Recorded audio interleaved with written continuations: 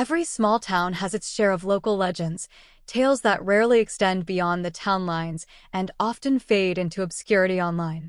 But the locals know them by heart.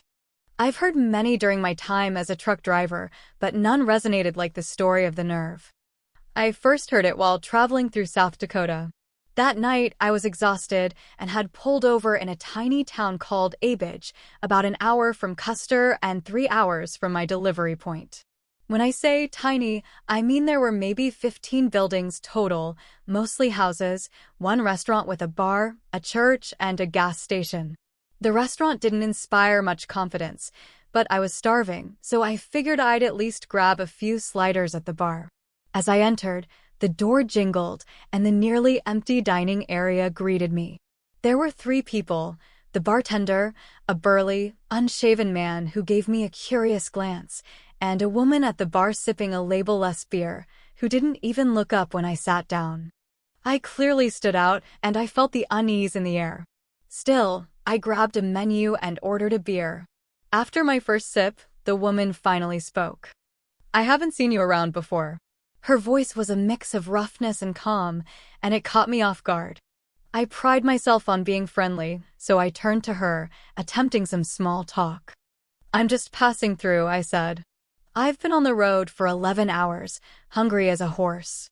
She chuckled, and while she wasn't unattractive, she wasn't my type either, so I hoped my humor wouldn't be misinterpreted. "You're funny," she said, and I turned away to signal for another beer, then glanced back. "I have my moments," I replied. As the bartender brought my next drink, she looked at him and asked, "Should we do it?" He snorted and disappeared into the kitchen, and she seemed to take that as a yes. "We have a tradition here," she said eagerly. "Anyone who drinks at the bar has to tell a story. It's nothing crazy, but with only 23 people in town, we're always eager to hear something new." I didn't think I had many interesting stories to share, considering I was always on the move. But wanting to put on a good show, I decided to tell them about the first time I saw the ocean. As I munched on my onion rings, I embellished the details, making it as fantastical as possible. I'd never seen a killer whale, but they didn't need to know that. The woman listened intently, her chin resting on her hands and her eyes wide with fascination. When I finished, I turned to the bar, leaving a $20 tip as I prepared to say goodbye. But the woman stopped me, a sly smile on her face. "You've got a nice voice for storytelling. Thanks for sharing your tale. We've got one for you too." I was dead tired, but manners wouldn't let me refuse, so I smiled and gestured for her to go on. "It's the same story I tell everyone who comes through here because it sticks with you the longest." Just then, the bartender spoke up unexpectedly, catching me off guard. "The one about the devil," he said. "Unless you have something better in mind, that's the one." "Quiet." She looked at me and began her story. The ghoul was a local ghost tale about a haunting figure that preyed on those passing through the town. It was said to be a long, pale figure that spoke each word slowly, tormenting anyone who heard its tale until they met their end. I sat there, moderately intrigued as she described how the ghoul caused people to disappear, but I clearly wasn't buying it. "You want to know how to tell if the ghoul is after you?" she asked. "How's that?" I replied. "It makes you see things that aren't really there. It'll make them seem real." To me, this sounded like a bad drug trip or just a way to keep me in town. I found myself drifting in and out of awareness, and when she finally finished, I decided it was time to head to the inn before her storytelling dragged on any longer. "Well, I'll call her tonight. You guys have a good one," I said. She stopped smiling and stared blankly at me. I got up and walked toward the door, pushing it open with my foot. "Hey, one question before you go," she said, her voice low. I turned back, wanting nothing more than to go to bed. "Yeah, what's up? You can see us, right?" I wasn't sure I heard her correctly. It was a strange question. "Who's US?" I thought, her and the bartender, I assumed. I could see them. They were right there. But her demeanor was starting to creep me out. Yeah, I said, hesitating. She took a sip of her drink, glanced at the bartender, then turned back to me. "Well, good night," she said. I frowned and left through the door. Whatever was going on with her, I wanted no part of it. She had seemed decent up until then, and I had no idea where that weirdness had come from. I wasn't in the mood to dwell on it, so I started walking down the street toward the inn. As I walked, I thought about the story she had told. Why was that the tale she shared with visitors? Some kind of warning to keep people from leaving, maybe? I wasn't too sure. After I opened the door to my room, brushed my teeth, and got ready for bed, I fell asleep.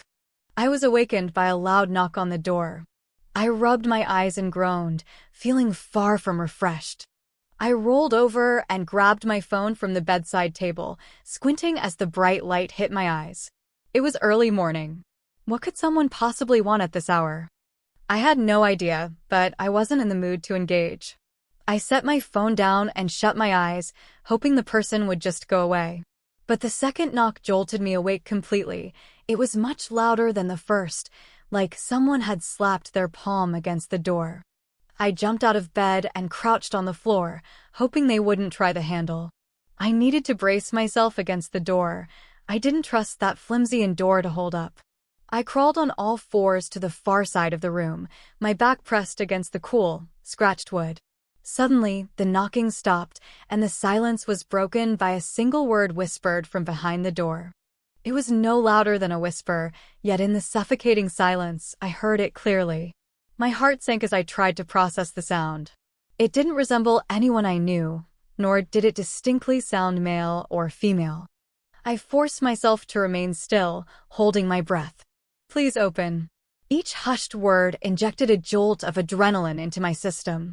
Whoever was out there was either genuinely in need of help or trying to manipulate me into opening the door for who knows what purpose. I hesitated, concerned that if I went for my phone, the door might burst open, forcing me to confront whoever it was. I stood there for what felt like hours, beginning to doze off when, to my alarm, I heard footsteps moving away from the door. I slowly crept away, nearly reaching the bedside table when I noticed the bathroom door, which had been open before bed, was now shut. I froze, unsure of what to do, when suddenly, pounding came from the other side of that door.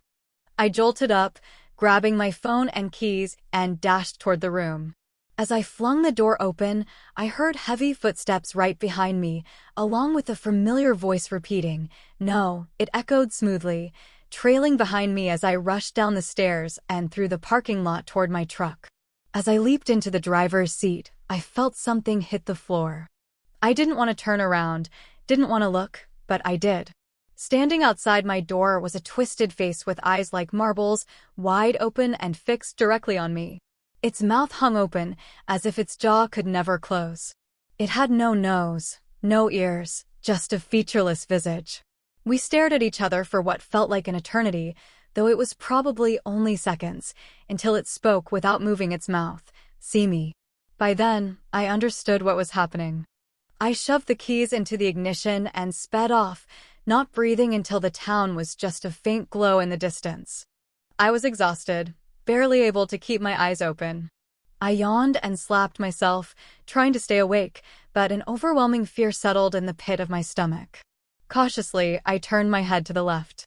It was still there, its head directly aligned with my window, grinning at me.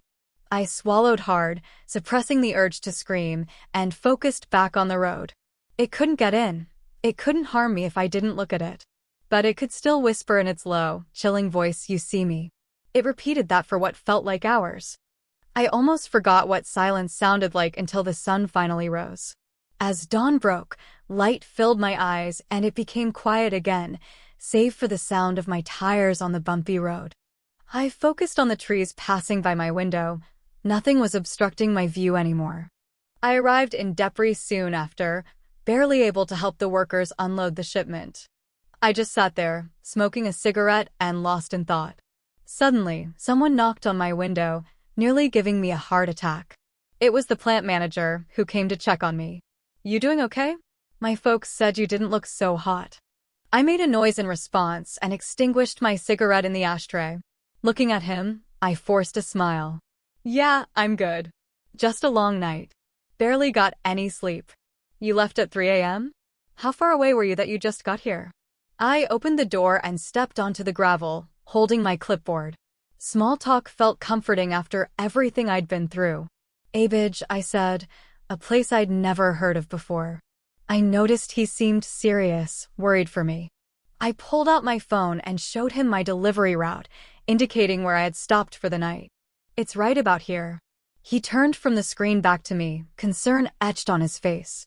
I've been out there, and there's nothing but woods for miles.